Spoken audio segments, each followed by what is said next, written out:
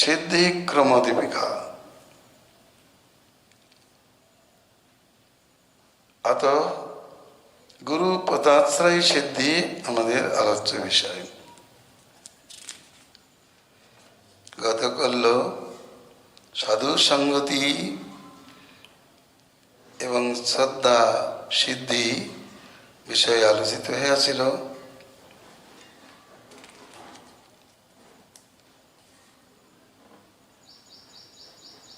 ভগবত কৃপা সিদ্ধির পরে সাধুর কৃপা উদিত হয়। সাধুর কৃপা ফলে সাধু মুখোচ্চারিত ভগবত কথা শ্রবণ কীর্তনাদির ফলে প্রকৃত শ্রদ্ধা রতি ভক্তির উদয় হয়। শাস্ত্রীয় শ্রদ্ধাই ভগবত প্রাপ্তির কারণ। প্রকৃত শ্রদ্ধা লৌকিকী বা কৌলিকী শ্রদ্ধা, অতাত্ত্বিকী শ্রদ্ধার দ্বারা ভগবত রাজ্যে অবস্থান এবং প্রবেশ করা সম্ভব নয়।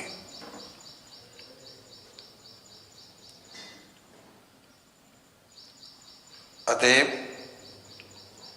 সাধু শাস্ত্র গুরু হরিতে নিশ্চয়াত্মিকা বুদ্ধি শ্রদ্ধা। সাধু সঙ্গ করিলেই,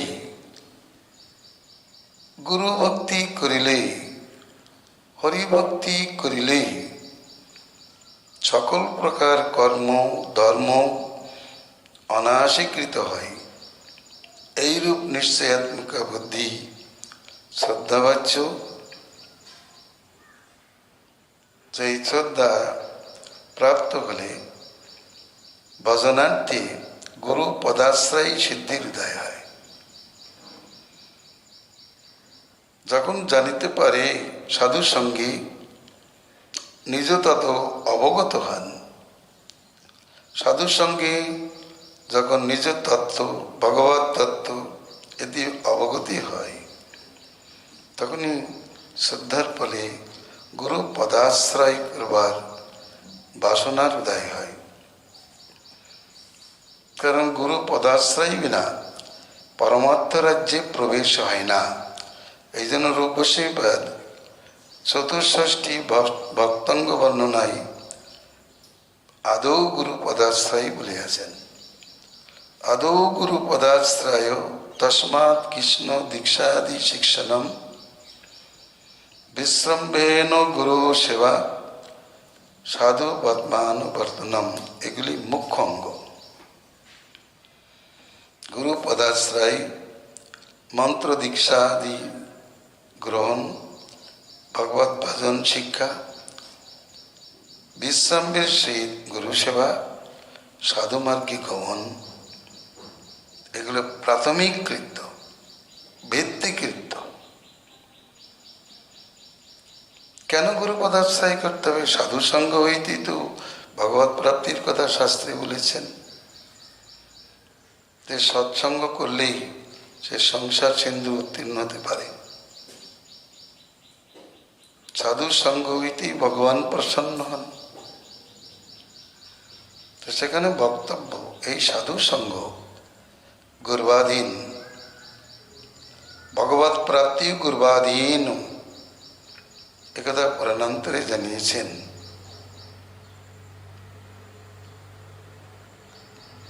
কৃষ্ণ গুরু অধীন ভগবত প্রাপ্তি।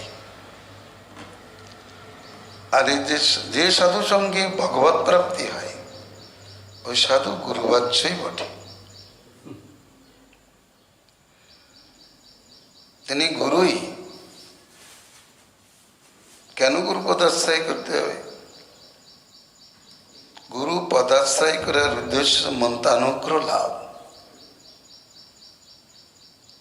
আর গুরু পদাশ্রয়ের সঙ্গে সঙ্গে দেহটি চিদানন্দময় হয়। কৃষ্ণ তাকে সেবাযোগ্য করে। অপ্রাকৃত দেহেই কৃষ্ণ ভজন সম্ভব, প্রাকৃতিক দেহে হয় না। প্রাকৃত দেহে স্বীকৃতির ফলে মানুষ সাধুসঙ্গ প্রাপ্ত হয়। কিন্তু ভজন করিতে গেলে, ভজন রাজ্যে প্রবেশ করিতে গেলে গুরু পদাশ্রয় পূর্বক অপ্রাকৃত দেহের প্রয়োজন হয়। প্রাকৃত দেহে কৃষ্ণ ভজন হয় না। এই জন্য অপ্রাকৃত দেহ প্রাপ্তের জন্য গুরু পদাশ্রয় প্রয়োজন। মান্ত্রিক জন্ম হলেই গুরু পদাশ্রয় হবে, এই কৃষ্ণ সেবাধিকার প্রাপ্তি হয়। না দেব দেবমচ্ছেদ, অতএব গুরু পদাশ্রয় প্রয়োজন। চৈতন্য চরিতামৃতেই বলিয়াছেন, দীক্ষাকালে ভক্ত করে আত্মসমর্পণ, সেই দেহ করে তার চিদানন্দময়। সেই কালে কৃষ্ণ তারে করে আত্মসম, সেই দেহ করে তার চিদানন্দময়। অপ্রাকৃত দেহে কৃষ্ণের চরণ বজায়। অতএব স্পষ্টই জানা গেল, প্রাকৃত দেহ মন ইন্দ্রাদি দ্বারা অপ্রাকৃত ভগবানের ভজন সম্ভব নয়। বিশেষ করে সেবাধিকার নিজের ইচ্ছাই প্রাপ্তি হয় না। এজন্য ভগবানের প্রতিনিধি স্বরূপ গুরুদেবে আত্মসমর্পণ করিলেই কৃষ্ণ তখন তার দেহকে তার ভজনোপযোগী করিয়া লন এবং সেই অপ্রাকৃত দেহেই ভজন করাইয়া থাকেন। এই জন্য গুরু পদাশ্রয় মুখ্য। ভাগবতী বলেছেন, যারা গুরু পদাশ্রয়ী বিনা পরমার্থ রাজ্যে প্রবেশ করিতে চান, তারা কাণ্ডারিবিহীন নৌকা যোগে যেন পরপারে যাইতে চায়। তাদের এই চেষ্টা ব্যর্থ হয়ে যায়। শত শত ব্যাসন দ্বারা তারা আবদ্ধমতি হইয়া কখনো পরপার প্রাপ্ত হইতে পারে না। গুরু কর্ণধারম এবং শ্রদ্ধাবতু শ্রদ্ধাবান লভতে জ্ঞানম ইত্যন্বয়াৎ তত্ত্বরহস্য জিজ্ঞাসয়া তদ্বিজ্ঞানার্থম স্বগুরুমিমাভিগচ্ছেদিত তত্ত্ববিদ গুরুপদাশ্রয় সিদ্ধতে। তত্ত্বমেবাত্র ত্রিবিধম সম্বন্ধাবিধেয় প্রয়োজনাত্মকম। বিজ্ঞাত তত্ত্বসাগর পরব্রহ্মৈক পরোক্ষানুভূতি বিভূতিবান প্রশান্তাত্মা ঘি গুরু। যথা ভাগবতে শব্দে পরে চ নিষ্ণতং ব্রহ্মণ্যুপসমাশ্রয়ম অবিচন্নত্র শ্রোত্রিয়ং ব্রহ্মনিষ্ঠম গুরুমেবাভিগচ্ছেতি। এই প্রকার শ্রদ্ধাবানদের শ্রদ্ধাবান জ্ঞান লাভ করে এই অন্যায় হইতে তত্ত্ব রহস্য জিজ্ঞাসায় সেই ভগবত তত্ত্ব বিজ্ঞান লাভের জন্য গুরুর নিকট যাইবেন। এই ন্যায়ত তত্ত্ববিদ গুরু চরণাশ্রয় প্রসিদ্ধ হয়। বিদ্যার্থী বৃহতে গুরু। তত্ত্ববিজ্ঞান পরমার্থ বিদ্যা লাভ করবার জন্য গুরু চরণাশ্রয় প্রসিদ্ধ ব্যাপার। তত্ত্ব কি? তত্ত্ব এখানে ত্রিবিধ। সম্বন্ধ, অবিধেয়, প্রয়োজনাত্মক।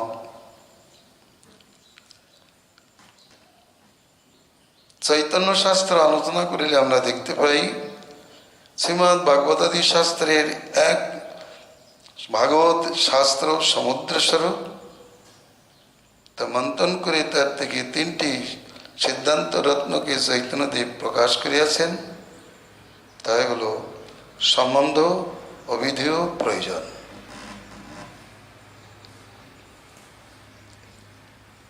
সম্বন্ধ তত্ত্ব, সমস্ত সম্বন্ধের মৌলিক কৃষ্ণ। প্রাকৃত জগতের সম্বন্ধ যা থাকে থাকুক, অপ্রাকৃত জগতে যত সম্বন্ধ আছে সেই সম্বন্ধের মূলই হচ্ছে কৃষ্ণ। আর কৃষ্ণ ভক্তি একমাত্র শ্রেষ্ঠ বিধেয় এবং কৃষ্ণ প্রীতি চরম প্রয়োজন। পঞ্চম পুরুষার্থ কৃষ্ণ প্রেম মহাধন, চৈতন্যের ভাষা। এই ত্রিবিধ তত্ত্ব যিনি জানেন, এই তত্ত্বজ্ঞানের জন্য গুরুতে প্রবৃত্তি কর্তব্য, যে কথা ভাগবতেও বলেছেন। এখন গুরুর প্রকৃত সংজ্ঞা কি? তত্ত্বসাগর বিজ্ঞাত।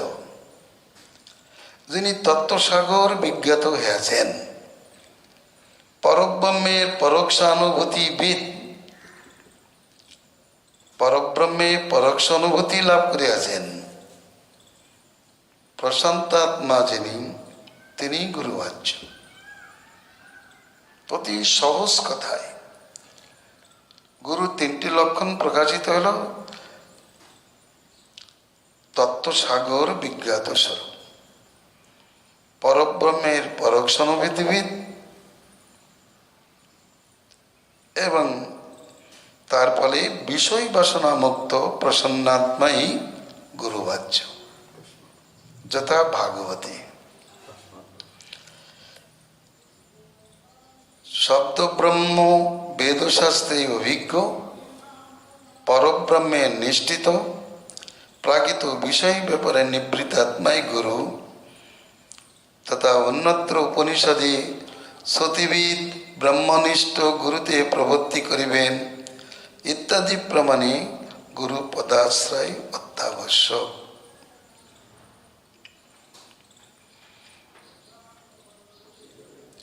যেমন সোপানকে অবলম্বন করে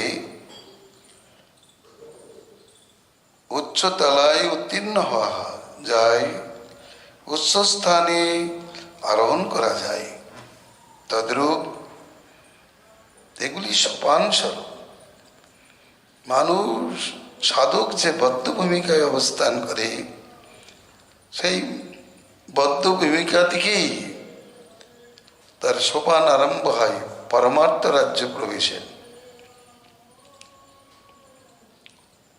তার মধ্যে বলা হয়েছে,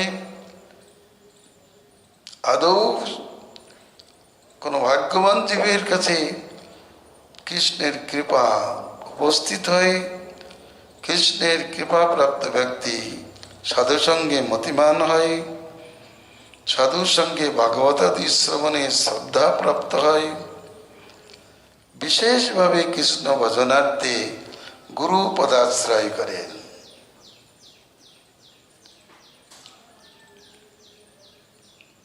তাহলে কি জাতীয় গুরু পদাশ্রয় কর্তব্য সম্বন্ধে একটু উল্লেখ করা হলো। কারণ এই সিদ্ধি অন্যান্য শাস্ত্রে প্রচুর পরিমাণে আলোচিত আছে, এখানে বেশি কিছু আলোচনার প্রয়োজন নাই। তবে সংক্ষেপে তো বলা হলো, গুরু তিনি তত্ত্বসাগর বিজ্ঞাত। যে কথা ভাগবতী বলেছেন, শব্দ ব্রহ্মে নিষ্ণাত, পরব্রহ্মে পরোক্ষানুভূতিবিদ, এটাই বলা হলো পরব্রহ্মে নিষ্ণাত। প্রসন্নাত্মা, সেই কথাই ভাগবতী শ্লোকে বলা হলো উপসমাশ্রয়ম। ব্রহ্মনিষ্ঠ অর্থাৎ ভগবান নিষ্ঠ, শ্রুতিবিদ অর্থাৎ শব্দ ব্রহ্ম পরব্রহ্মে নিষ্ঠাপ্রাপ্ত। শব্দ ব্রহ্ম পরব্রহ্মে নিষ্ঠাপ্রাপ্ত গুরুই প্রকৃত করে। ভগবান শব্দ ব্রহ্মরূপে প্রথমেই জগতে আত্মপ্রকাশ করেন, জীব জাতিকে পরব্রহ্মে অনুপ্রাণিত করাইবার জন্য। জীবের কৃপায় কইল কৃষ্ণ বেদ পুরাণ। ভগবানই শব্দ ব্রহ্মরূপে তিনি আগে উপস্থিত নেই জগতে। শব্দ ব্রহ্মকে আশ্রয় করিয়া জীব পরব্রহ্মের সেবা প্রাপ্ত হতে পারে। এই জন্য শ্রুতিবিদ ব্রহ্মনিষ্ঠ ব্যক্তি প্রকৃত সদ্গুরু, তার চরণাশ্রয়ী অত্যাবশ্যক।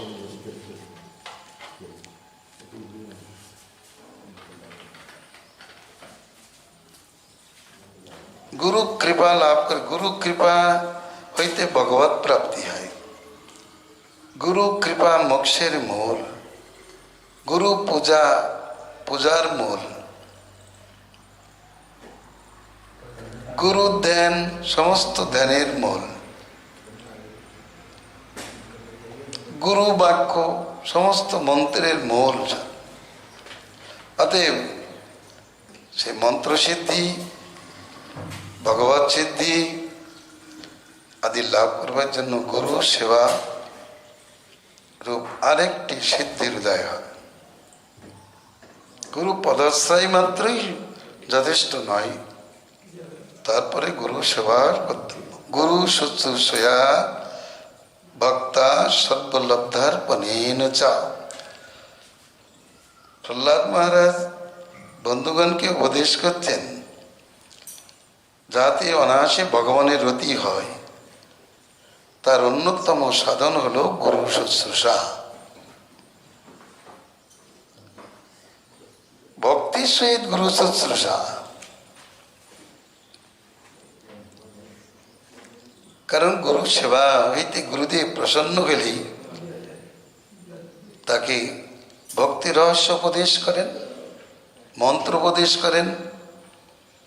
গুরুর কাছে উপনীত হলেই, গুরুর কাছে যাইলেই যে গুরু মন্ত্র দান করেন এমনটি নয়, কিন্তু পণিপাত, পরিপ্রশ্ন, সেবা, এই তিনটি ধর্মের দ্বারা যখন শরণাগত ব্যক্তি বর্ধিত হয়, যোগ্যতা প্রাপ্ত হয়, শিষ্যের লক্ষণই এটা। এই শিষ্য লক্ষণ প্রাপ্ত হলেই তখন তত্ত্বদর্শী গুরুগণ তাকে জ্ঞান উপদেশ, মন্ত্র উপদেশ করিয়া থাকেন।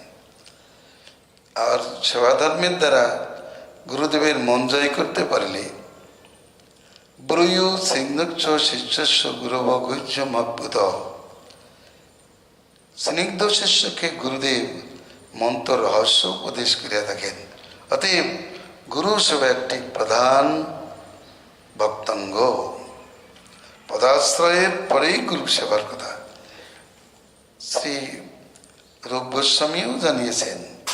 গুরু পদাশ্রয় তস্মাৎ কৃষ্ণ দীক্ষাদি শিক্ষণম বিশ্বম্ভেন গুরু সেবা। অত্যন্ত বিশ্বাসতার সহিত গুরু সেবা কর্তব্য। সেবাই সন্তোষ কারণামিত বিশ্বম্ভেন গুরু সেবা প্রসিদ্ধতে। গুরু শুশ্রূষয়া ভক্তা জ্ঞানং লভ্যশ্চিত ইতোদিতস্তথা তস্মাৎ গুরু প্রসন্নে প্রসিদ্ধতি ভগবান হরি স্বয়ং।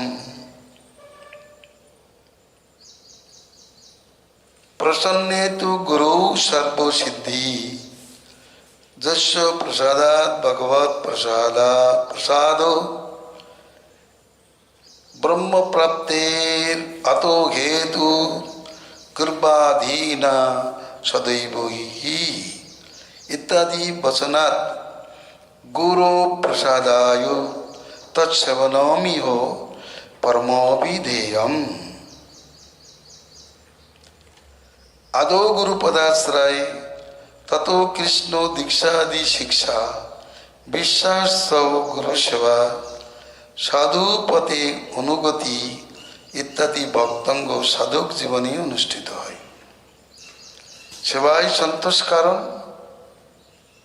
তার জন্য বিশ্বাস সহ গুরু সেবা প্রসিদ্ধ ব্যাপার। গুরু শুশ্রূষা দ্বারা জ্ঞান লাভ হয় ইত্যাদি প্রমাণে তথা গুরু প্রসন্ন হইলেই ভগবান প্রসন্ন হয়ে থাকেন। গুরু প্রসন্ন হইলে সর্বসিদ্ধি প্রপন্ন হয়। যার প্রসাদে ভগবত প্রসাদ, ব্রহ্মপ্রাপ্তি সর্বদাই গুরুর অধীন ইত্যাদি বচনে গুরু প্রসাদের জন্য গুরু সেবাই পরম অভিধেয় স্বরূপ। বিভিন্ন শাস্ত্র থেকে প্রমাণ তুলে ধরা হলো। প্রথম প্রমাণ জানানো হয়েছে গুরু শুশ্রূষার দ্বারা জ্ঞান লাভ হয়। দ্বিতীয় বলছেন গুরুদেব প্রসন্ন হইলে ভগবান প্রসন্ন হন। গুরুবাষ্টকে বলেছেন যস্য প্রসাদাৎ ভগবৎ প্রসাদ।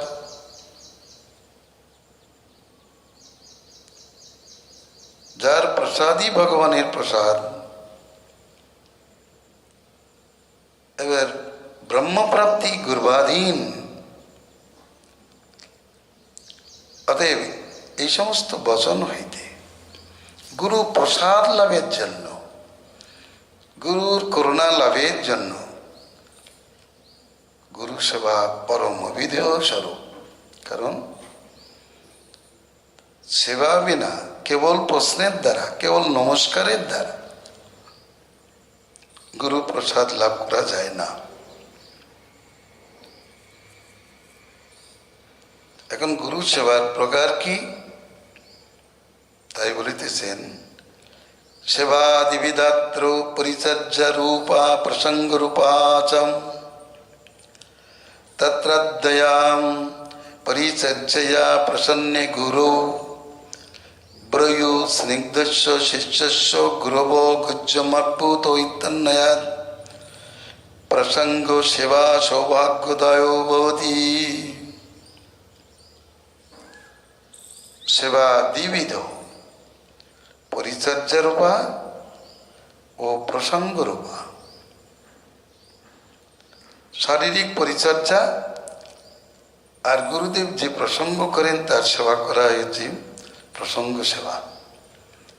সেখানে প্রথমে অঙ্গাদি পরিচর্যা দ্বারা গুরু প্রসন্ন হইলে স্নিগ্ধ শিষ্যকে গুরুগণ ভজন রহস্য বলিয়া থাকেন। এই অন্যায় হইতে প্রসঙ্গ সেবা সৌভাগ্য দিতে হয়। গুরু সেবার গুরুত্ব কি?